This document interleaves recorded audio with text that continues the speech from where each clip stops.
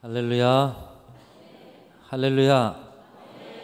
오늘 또 찬양의 가사에 은혜 받으셨는지 아멘 소리가 이렇게 평소보다 높았습니다. 우리 하나님은 언제나 우리가 생각하건 못하건 우리와 함께 하시고 예비하신 은혜로 저와 여러분의 삶을 풍성하게 채우시는 줄로 믿습니다.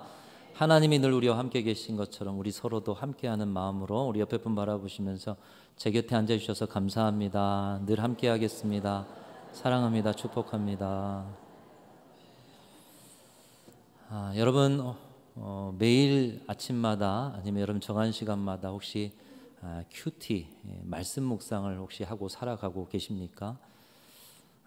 콰이어트 타임이라고 이제 큐티라는 약자죠. 하나님의 말씀을 묵상하고 주님을 만나는 시간. 우리 교회는 새벽기도 본문하고 또 매일 나누는 큐티 말씀 본문하고 일치를 시켜서 큐티하는 교회를 좀 꿈꾸고 있습니다. 그래서 우리 교인 전체가 같은 본문으로 그날 함께 묵상하는 그런 큐티하는 교회. 그래서 할아버지와 손주가 같은 본문으로 묵상하고 말씀으로 대화하는 교회. 지나가는 성도인데 우리 교인이에요. 오늘 말씀 어디 보셨는데 어떤 은혜가 있었습니까? 말씀을 나눌 수 있는 교회. 여러분 요즘 우리 교회가 지금 묵상하고 있는 본문이 어디인지 아십니까? 히브리서 말씀입니다. 히브리서 하면 떠오르는 말씀이 있죠. 믿음장이라고 하면 몇 장일까요? 히브리서 11장이죠. 우리가 지금 묵상하고 있는 히브리서 말씀은 우리의 믿음에 대해서 믿음을 강화시킬 수 있는 그런 좋은 말씀으로 아침마다 또 새벽마다 함께 우리 교회 전체가 묵상하고 있습니다. 왜 히브리서가 믿음에 대해서 가르치고 있는가를 보면 예수님 잘 믿다가도 어떤 이유로든 인생의 회의가 찾아오는 거예요. 불신이 찾아오는 신앙의 슬럼프를 겪지 않은 사람은 아마 우리 중에 아무도 없을 것입니다. 특별히 초대교회 믿음 좋은 신앙인들에게도 오랜 환난과 핍박이 계속되므로 이 신앙적인 회의와 슬럼프가 되는데 그렇게 환난과 핍박이 되다 보니 여러 가지 마음이 다쳐요. 히브리서 보면 완고해진다라는 표현이 있어요. 그러다 보니 하나님의 말씀보다 자기 지식이 앞서고 경험이 앞서고 과거에 내가 행했던 것들이 떠올라서 예수님이 구주시다, 예수님이 나의 삶의 문제 해결자시라는 것을 고백하기보다는 그것에 회의가 찾아오게 되었습니다. 고통 가운데 신앙생활 하다 보니 믿음을 저버리고 쉽게 신앙생활하고 편하게 신앙생활하고 싶은 마음이 그들에게도 들었던지 예수님의 구주되심을 고백하지 않고 의심하고 또 쉬운 신앙생활로 다시 떠나버리는 그런 일들이 히브리서 배경에 있었어요. 그래서 그들이 구원의 확신을 갖고 예수를 구주라고 고백하고 다시 신앙 안에서 힘들고 어렵지만 좁은 길 십자가의 길 같이 갑시다 하는 마음으로 쓰여진 편지가 바로 히브리서입니다. 특별히 히브리서는 책 제목이 히브리서, 히브리인들에게 보내는 편지라는 것이죠. 히브리인이 누구입니까? 유대인입니다. 그러니까 유대인 그리스도인들에게 보내는 편지라서 유대인들의 관점, 구약의 관점에서 우리 예수님이 어떻게 구주이신가, 여러분 예수께서 구주라는 사실이 아직도 고백되어지지 않고 여러분 안에 그러한 지식조차도 없다면 아침마다 히브리서, 우리 교회가 함께 한 방향으로 바라본 히브리서를 묵상하십시오. 왜 이 가을에 우리에게 히브리서를 묵상하게 하실까 생각해 보았습니다. 오늘의 시대의 신앙인들 또한도 환난과 핍박은 아니지만 세상에 많은 도전을 받고 살아가고 있기 때문에 그 도전 속에서 신앙이 회의스럽기도 하고요, 또 편안함을 추구하고 싶기도 하면서 예수 믿기를 떠나는 그런 자리들이 늘어나고 있기 때문에 이 히브리서를 지금 우리에게 9월에 묵상케 하신 것이 아닌가 생각이 됩니다. 여러분 오늘날 신앙에 여러 가지 도전적이고 유혹적인 그런 사조가 무엇입니까? 이 포스트 모던이라는 시대죠. 그 안에 특별히 우리는 코로나 시절을 지나면서 편의주의라는 그런 물결을 신앙 안에서 맞고 있습니다. 좀 더 편안하게 신앙생활 할 수 없을까? 우리 직장도 마찬가지죠. 월급을 많이 주는 직장보다 여가를 조금 더 보장해 주는 직장을 찾는 그런 시대. 이 편의주의가 세상 속에 있고요. 또 세속주의, 자기중심주의, 다원주의. 정리해 보면 이렇습니다. 예수 없어도 편하게 사는 세상에 도전이 있어요. 너무 바빠서 예수마저도 우선순위에서 밀리는 세상의 풍조, 그 가운데 믿음을 지켜낸다라는 건 너무나도 어려운 일이죠. 그런 도전과 유혹 속에 살아가기에 저와 여러분에게도 있는 도전이기에 히브리서를 묵상하면서 구원의 확신을 다시 한번 점검하라. 이번에 이 묵상을 통해서 우리 순천중앙교회 성도들은 다 예수님 나의 구주이십니다. 어떤 상황 속에서도 내가 세상과 타협하지 않겠습니다. 그런 고백이 있으시기를 축복합니다. 그런데 그렇게 묵상하는 수요일 날 아침인가요? 말씀을 묵상하는데 제 영혼에 박히는 듯한 그런 말씀의 단어 하나가 제 눈에 들어왔습니다. 히브리서 4장 1절을 읽어가는데 가슴에 꽝 하고 부딪히는 말씀이 있었어요. 우리 4장 1절 같이 한번 읽어보도록 하겠습니다. 시작. 그러므로 우리는 두려워할지니 그의 안식에 들어갈 약속이 남아 있을지라도 너희 중에는 혹 이르지 못할 자가 있을까 함이라. 여러분, 저와 여러분은 하나님의 영원한 안식의 나라 천국, 그 천국의 약속을 받은 자들인 줄로 믿습니다. 그래서 우리는 이 땅에서도 예수로 그 치유하시는 우리 하나님의 품 안에서 예수로 쉼을 얻고요, 저 하늘나라도 예수로 안식을 얻는 그 약속을 받은 자들이에요. 그런데 너희 중에는 혹 이르지 못할 자가 있을까 함이라. 예수님을 믿는다고 하지만 그 약속의 천국에 이르지 못할 사람들이 있다는 거예요. 우리도 지금 예배를 같이 드리고 있어요. 신앙생활 같이 하고 순천중앙교회 공동체라고 함께 하고 있어요. 근데 우리가 함께 하면서도 하나님의 약속인 그 영생의 나라 안식에 들어가지 못할 자가 혹 있을까 한다. 여러분, 우리 속에 그런 분들이 없기를 간절히 소망합니다. 근데 있을까 한다. 있을지도 모르겠다. 여러분, 어떤 마음의 감정이 드십니까? 우리 가운데 그런 사람이 있어? 그러면 안 되는데. 근데 오늘 방금 읽은 히브리서 4장 1절 말씀에 그러니 두려워하라 이렇게 말씀하고 있어요. 우리 가운데 예수님을 믿는다 하지만 저 천국의 영생의 소망 안식의 나라 갈 수 없다라는 그런 사실이 있는데도 불구하고 예수님을 구주로 인정했던 사람들이 회의에 빠집니다. 의심에 빠집니다. 여러 가지 세상의 유혹에 넘어집니다. 세상 따라가요. 그럼에도 불구하고 두려워하지 않는다는 거예요. 두려움을 회복해야 한다는 것입니다. 우리는 종종 말씀을 통해 두려워하지 말라라는 말씀을 많이 듣고 위로를 받았습니다. 두려워하지 말라, 내가 너와 함께함이라. 놀라지 말라, 나는 내 하나님이 됨이라. 두려워하지 말라는 말씀을 많이 들으면서 우리 하나님이 사랑의 하나님이다. 우리에게 은혜를 베푸시는 하나님, 긍휼의 하나님. 두려워하지 말라는 말씀을 통해 위로를 많이 받아왔습니다. 그러나 반대로 우리 하나님은 우리를 위로하시고 사랑할 뿐만 아니라 사랑 가운데 우리를 심판하시는 하나님이신 줄로 믿습니다. 단지 우리는 예수 그리스도 때문에 심판받지 않고 예수 명함 내밀고 저 천국으로 나가는 것이지, 하나님이란 분은 사랑의 모습으로도 품지만 죄악에 대해서는 심판하시는 분이셔요. 그런데 심판주 하나님을 두려워하는 일에는 별반 관심이 없습니다. 위로의 하나님, 날 위로해 주세요. 사랑의 하나님, 날 사랑해 주세요. 오늘 또 말씀을 찾아보니 두려워하지 말라, 위로하신 하나님의 말씀을 보는데 별반 우리를 심판하신 하나님에 대해 관심이 없어요. 하나님을 두려워하는 자로 살아야 하지만 이를 꺼려하고 때로는 두려워하지 않습니다. 두려워해야 할 자리에서도 두려워하지 않는다. 이 히브리서 4장 1절을 읽으면서 그러므로 우리는 두려워할지니, 두려운 일 아니냐, 두려워해야 된다. 우리 중에 저 천국에 못 갈 사람도 있는데. 오늘 말씀 속에서도 주님은 말씀합니다. 오늘 28절 이렇게 말씀하죠. 몸은 죽여도 영혼은 능히 죽이지 못하는 자들을 두려워하지 말고 오직 몸과 영혼을 능히 지옥에 멸하실 수 있는 일을 두려워하라. 이 보면은 두려워하지 말기도 하고요, 두려워하기도 하라. 그러니까 우리 신앙 안에서 두려워하지 말라, 내가 너와 함께합니다, 이 말씀만 있는 것이 아니라 두려워하라, 이 말씀도 있다라는 거예요. 오늘 우리가 읽은 말씀은 예수님께서 주신 말씀 아닙니까? 하나님으로 위로받고 사랑받고 은혜받아 살아가는 것과 동시에 우리 신앙의 자리에는 하나님을 두려워하는 신앙 중심이 회복되어야 할 필요가 있다는 것을 말씀은 우리에게 가르치고 있는 것입니다.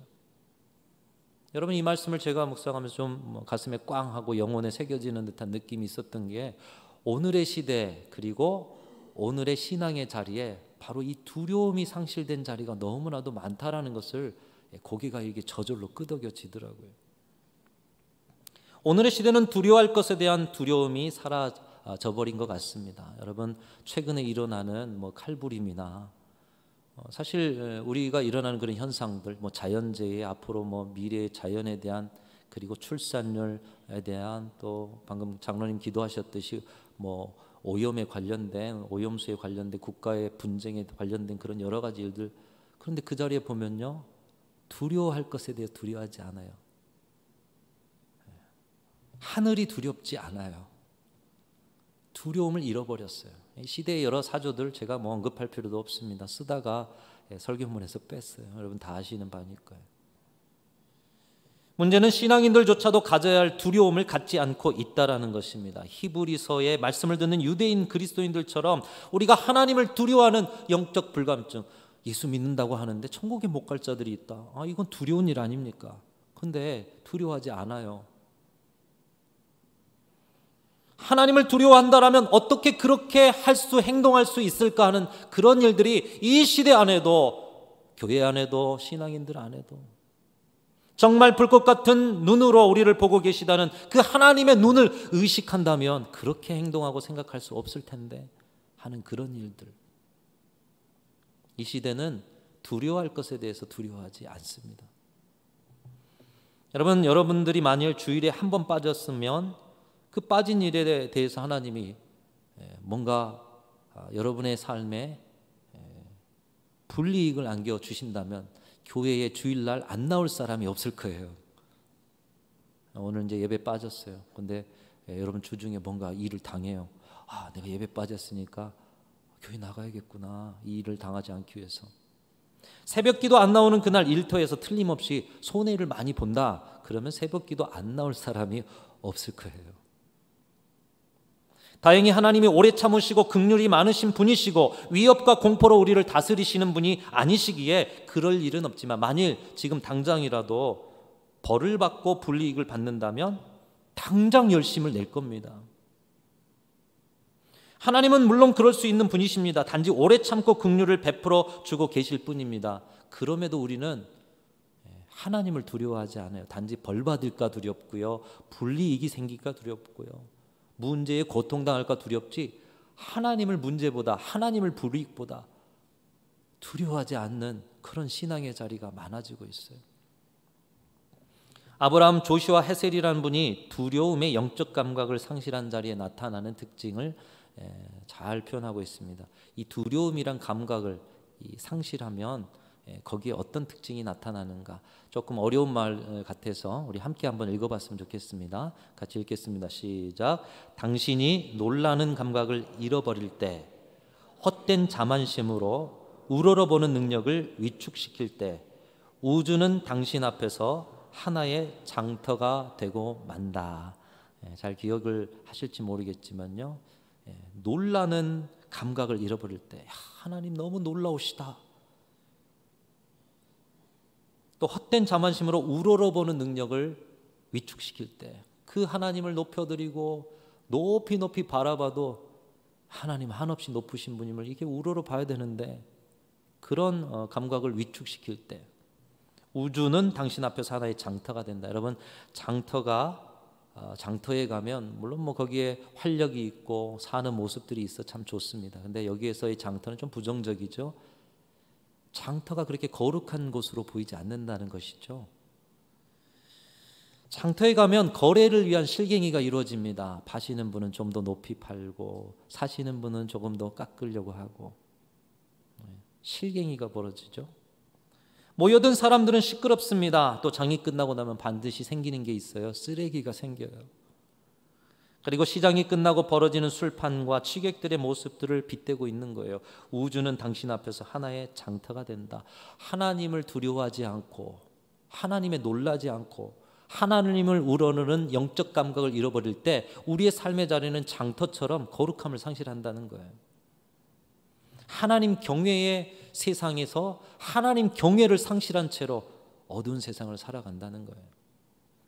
오늘 우리가 살아가는 세상이 장터로 전락하고 있습니다. 하나님을 두려워하는 신앙을 다 잃어버림으로 두려워할 것을 두려워하지 않는 그런 시대를 살아가므로 세상이 장터가 되고 있어요. 교회들이 시끄럽습니다. 신앙인들의 삶이 시끄러워요. 삶 속에 일어나는 일들로 하나님을 우러를 수가 없어요. 높여드릴 수가 없어요. 하나님을 향해 놀라는 감각을 살리고 우러르는 능력을 길러야 한다는 것입니다. 그것이 우리가 사는 인생을 장터가 아닌 거룩한 곳, 하나님을 경외하고 경배하는 곳, 세상도 하나님을 두려워하는 세상으로 만들어가는 비결, 하나님을 두려워하는 길이라는 거예요. 이사야 선지자가 부름받는 장면이 나오는 성경이 이사야 6장입니다. 이사야가 환상 가운데 보니까 스랍들도 보이고요. 하나님의 영광이 성전에 임했는데 그 영광의 임재를 보니 하나님을 본 거예요. 그 영광의 주님을 본 거예요. 주님의 영광을 보면서 두려움에 휩싸여 어찌할 바를 몰라 합니다. 이사야서 6장 5절 말씀인데 제가 읽어봅니다. 그때 내가 말하되 화로다 나여 망하게 되었도다. 나는 입술이 부정한 사람이요 나는 입술이 부정한 백성 중에 거주하면서 만군의 여호와이신 하나님을 배웠음이로다 하였도다. 여러분, 하나님의 영광을 보면, 정말 하나님을 만나면 두려운 거예요. 그분이 사랑의 하나님이고 은혜의 하나님이지만 정말 하나님을 만나면 두려워지는 거예요. 감히 그분 앞에서 고개를 들 수가 없는 거예요. 오늘의 이 시대에 우리가 회복해야 할 영적 감각은 하나님에 대한 두려움입니다. 하나님을 두려워하지 않는 세상 속에서 하나님을 두려워하는 자로 살아가야 한다는 거예요. 하늘을 무서워하지 않는 세상에서 하나님이 이렇게 무서운 분이야, 두려운 분이야, 하나님 두려움을 가르치는 사람들이 바로 우리 신앙인들이 되어야 한다는 것입니다. 사랑하는 성도 여러분, 하나님을 두려울 할 줄 아는 저와 여러분들이 되실 수 있기를 주님의 이름으로 축원합니다. 오늘 이 예배의 자리도 진정한 예배가 되기 위해서는 하나님을 향한 두려움, 거기서부터 시작해야 한다는 거예요. 물론 주님이 사랑의 하나님이죠. 은혜의 하나님이죠. 근데 너무나 그걸 강조하다 보니 주님이 너무 쉬워요. 세상 사람들은 하나님을 무시한다고 하죠. 그런데 우리 믿는 사람들은 은근히 무시한다고 합니다. 무시하는 건 똑같잖아요. 세상 사람과 똑같이 사는 거예요. 두려워하지 않아요. 두려워하면서 경외와 경배가 시작되는 것입니다. 이 경외라는 단어 자체가 하나님을 향한 공경 그리고 두려움이 포함되어 있는 거예요. 공경이 뭡니까? 우리 어른들 공경하는 거, 그분 먼저 챙겨드리고 예의 바르게, 그리고 그분을 섬겨드리고 높여드리고, 적절한 이 공경 안에는 두려움이 있어요. 그렇죠? 하나님을 향한 경외 안에도 공경과 두려움이 있다라는 거예요.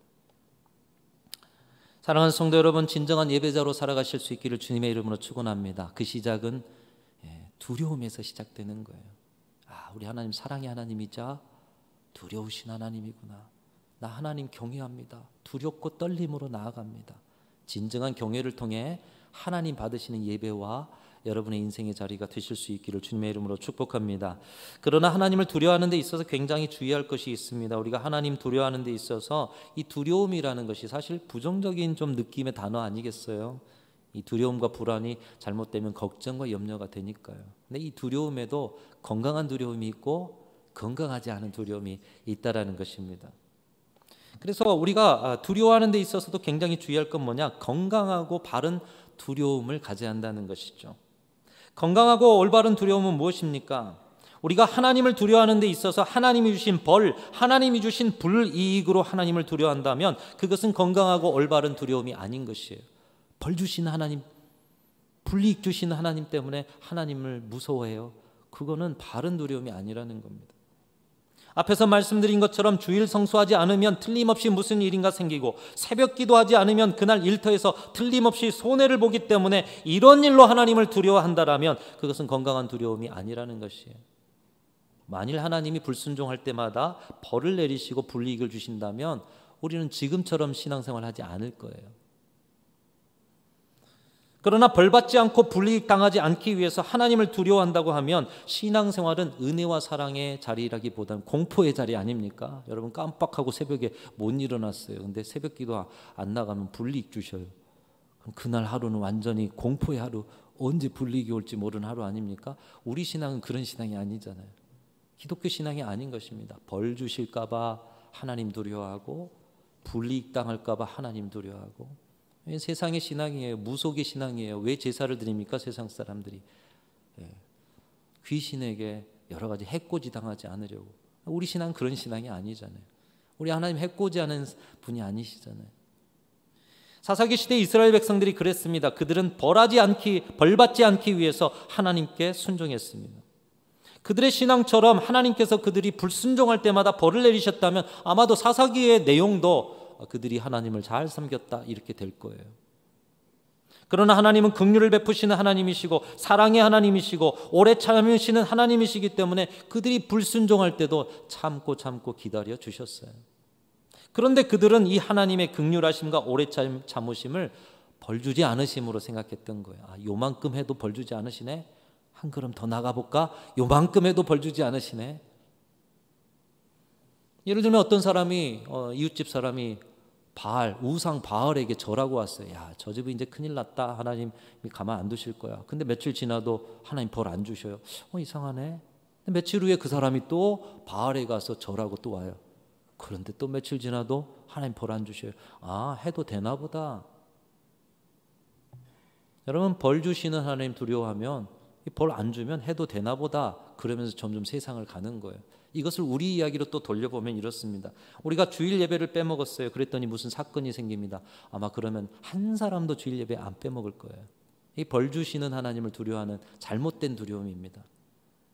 그런데 어느 날 너무 피곤해서 주일날 못 일어났어요. 여러분 그런 적도 있으시죠? 주일을 빼먹었어요. 그러면 그때부터 걱정합니다. 하나님이 주일 빼먹었으니까 이번 한 주간 뭔가 큰일이 일어날 것 같아. 월요일부터 토요일 긴장하면서 보냈는데 아무 일도 일어나지 않는 거예요. 이상하네. 하나님 벌 안 주시네. 다음 주는 어떨까? 다음 주도 빼먹어 보는 거예요. 일주일 내내 긴장하지만 또 아무 일 없이 지납니다. 그러면 건강한 신앙인은, 건강한 하나님의 두려움을 가진 신앙인은 하나님이 내가 이렇게 부족해도 나에게 긍휼을 베푸시고 기다려주시고 용서하시는구나. 그런데 벌받고 불이익 당하는 것을 두려워하는 신앙은 아무 일 없네, 별일 없네, 손해볼 것 없네. 그때부터는 빼먹는 속도가 빨라집니다. 한 주, 두 주 빼먹더니 한 달, 두 달 빼먹고요. 1년, 2년 빼먹고 나중엔 세상 사람 되는 거 아니겠습니까? 그러니까 우리의 신앙이 벌 주시는 하나님을 두려워하면 세상 사람과 똑같은 거예요. 수천 년, 수만 년 씻을 수 없는 죄를 용서해 주신 하나님의 인애와 긍휼하심에 대해서 간과하면서 하나님의 인애와 자비를 그저 벌 주시지 않네. 하나님이 이 죄에 대해서 반응하지 않으시니까 이건 괜찮은 거겠네. 그리고 나중에는 하나님이 없는 것처럼 살아가는 신앙. 이것이 벌받지 않기 위해서 신앙생활하고 벌받지 않기 위해서 순종하는 그런 신앙인 거예요. 그러면 우리가 해야 할 건강한 두려움은 무엇입니까? 하나님을 두려워하고 진정 건강한 두려움 속에서 우리가 살아가는 자리에서 하나님을 우러르고 하나님을 경외하는 그런 신앙은 어떤 신앙인가? 창세기 39장에 보면 요셉이 그 신앙을 보여주고 있습니다. 요셉의 인생과 신앙의 자리가 어떤 면에서 장터와 같은 자리로 만들 수가 있었어요. 형제들과 자신이 총리 대신이 됐을 때 형제들에게 보복도 할 수 있고요. 자기의 이익을 가지고 서로 밀고 당기는 장터와 같은 그런 일들을 벌일 수가 있었다는 것이죠. 그러나 그는 그러지 않았고 오직 하나님을 두려워하면서 하나님 경외의 자리, 자신만 아니라 온 세상이 하나님을 두려워하게 만드는, 세상의 모든 영혼이 하나님의 방법으로 먹이시고 하나님이 살아계심을 보면서 하나님 두려워하게 만드는 그런 놀라운 하나님 경외의 삶을 살았습니다. 요셉이 어느 날 노예로 팔려와 보디발의 집에서 가정총무로 섬기는 중에 보디발의 아내가 동침하자고 유혹을 해요. 요셉이 이 상황에서 대해서 반응을 하는데 여기 바로 요셉이 얼마나 하나님을 건강하게 두려워하는가가 나타나고 있습니다. 우리 창세기 39장 9절 말씀인데요. 같이 한번 읽어봤으면 좋겠습니다. 39장 9절 시작. 이 집에는 나보다 큰 이가 없으며 주인이 아무것도 내게 금하지 아니하였어도 금한 것은 당신뿐이니 당신은 그의 아내이니라.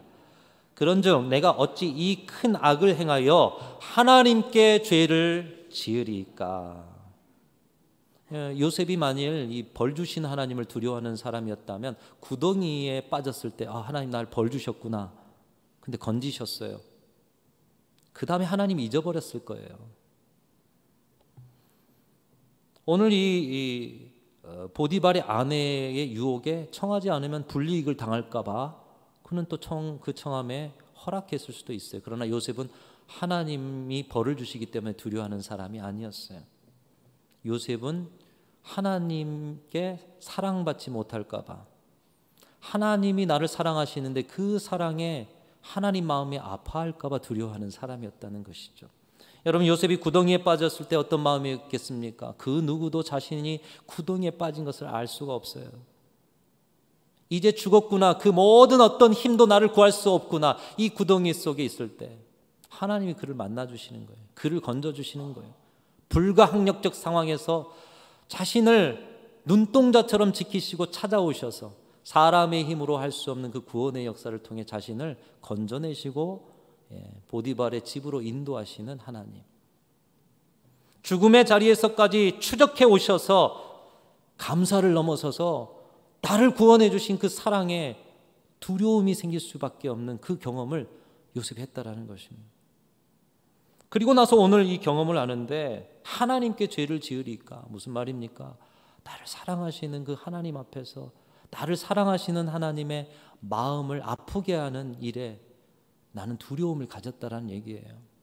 내가 하나님을 기쁘시게 하지 못하는 그 일에 대해서 두려움을 가졌다라는 거예요. 요셉은 형들에 의해서 구덩이에 던져져 죽었어야 할 그런 사람이었습니다. 그러나 하나님은 불꽃 같은 눈동자로 그를 지켜보고 계셨고 세밀한 인도하심으로 그의 인생을 인도해 주셨어요. 사랑으로 인도하신 하나님을 실망시키는 두려움, 위기와 문제와 불이익을 두려워하지 않고 하나님을 두려워하고 하나님의 사랑이 깨질까 봐, 하나님의 그 기뻐하시는 그 마음이 깨질까 봐 하나님 앞에 어떻게 죄를 지을 수가 있습니까? 요셉은 이 자리를 통하여서 후에 많은 사람의 생명을 살리는 자리까지 나아가는 거예요.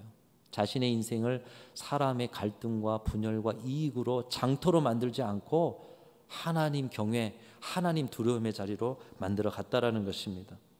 이 요셉을 향한 두려운 하나님의 사랑이 오늘 우리에게도 향하고 있어요. 오늘 본문 말씀에 보면 30절 말씀이 그런데요. 30절 말씀 제가 읽으면 이렇습니다. 너희에게는 머리털까지 다 세신 바 되었나니. 그 구덩이에 빠졌을 때 깜깜한 구덩이, 이제 죽음밖에 남지 않은 구덩이에 불꽃 같은 눈동자로 요셉의 삶을 세밀하게 바라보셨던 하나님이 우리의 인생도 바라보고 계시는데 그 표현이 뭐냐? 머리털까지 세신 바 되었다는 거예요. 여러분, 아침에 머리털 세보셨습니까? 지금은 몇 개나 되실까요? 참 세기도 힘든데 아침에 센 머리털 숫자와 지금 센 머리털 숫자가 같을까요? 아닌 것은 확실할 것 같습니다. 거의 대부분이. 왜요? 머리털은 빠졌다가 또 자랐다가 그러잖아요. 아침만 해도 머리털이 많이 빠지잖아요. 그런데 머리털까지 세신 바 되었다는 것은 오늘 지금 이 순간 주님 하나님께서 머리털 숫자가 이거야 하면 그게 정확하게 들어맞는다는 거예요. 다시 말하면 빠지고 또 다시 자라는 것까지 세밀하게 지켜보고 계신다. 어느 순간도 하나님의 눈동자가 떠나지 않고 있는 것이 우리의 생애다. 이걸 말씀하고 있는 거예요. 하나님의 불꽃 같은 눈동자가 우리의 삶의 자리를 바라보고 계시다. 아, 사랑의 하나님 감사합니다. 그런데 조금 더 깊이 생각하면 놀라게 됩니다. 어떻게 하나님이 나는 내 머리털 빠진지도 모르는데 빠진 것도 알고 또 새로 난 것도 알아서 머리털 숫자를 알고 계실까? 사람의 힘으로 할 수 없는 하나님이시니까 내 인생을 그렇게 보고 계시는 거 놀랍니다. 근데 놀라운 것을 또 묵상하다 보면 두렵습니다. 아, 이 엄청난 하나님이 내 인생을 바라보고 계시네. 몸과 영혼을 죽이는 능력을 가지고 계시기 때문에 두려운 것이 아니라 그 능력을 가지신 하나님이 우리가 감당할 수 없는 사랑으로 우리 인생을 지켜보고 계시고 우리를 인도하고 계시며 지금도 그 사랑 안에서 우리를 돕고 계시다는 사실. 내 삶의 어떤 문제와 불이익 때문에 하나님을 두려워하는 것이 아니라 나를 그토록 사랑하시는 하나님을 실망시켜 드릴까 두려워하고 내가 하나님의 기쁨이 되지 못하는 그런 사람이 되지 않을까 두려워하는 두려움이 요셉의 두려움이었다는 거예요. 사랑하는 성도 여러분, 저와 여러분 모두가 오늘 이 주님의 말씀을 통해 다시 한번 건강하고도 온전한 두려움을, 이 영적 감각을 회복하실 수 있기를 주님의 이름으로 축원합니다. 하나님을 두려워하십시오. 하나님을 두려워하세요. 하나님을 두려워할 때 두려우신 하나님이 세상이 두려워할 만큼 놀라운 역사를 저와 여러분의 삶 가운데 허락해 주실 줄로 믿습니다. 여러분, 우리 하나님 정말 무서운 하나님이셔요. 생각해 보면 아들을 죽여서까지라도 우리를 사랑했어요. 아들을 죽여서까지라도 여러분을 사랑한 분이 있습니까? 무섭지 않습니까? 아들을 죽인 대가를 치르셨기 때문에 여러분은 포기할 수가 없어요.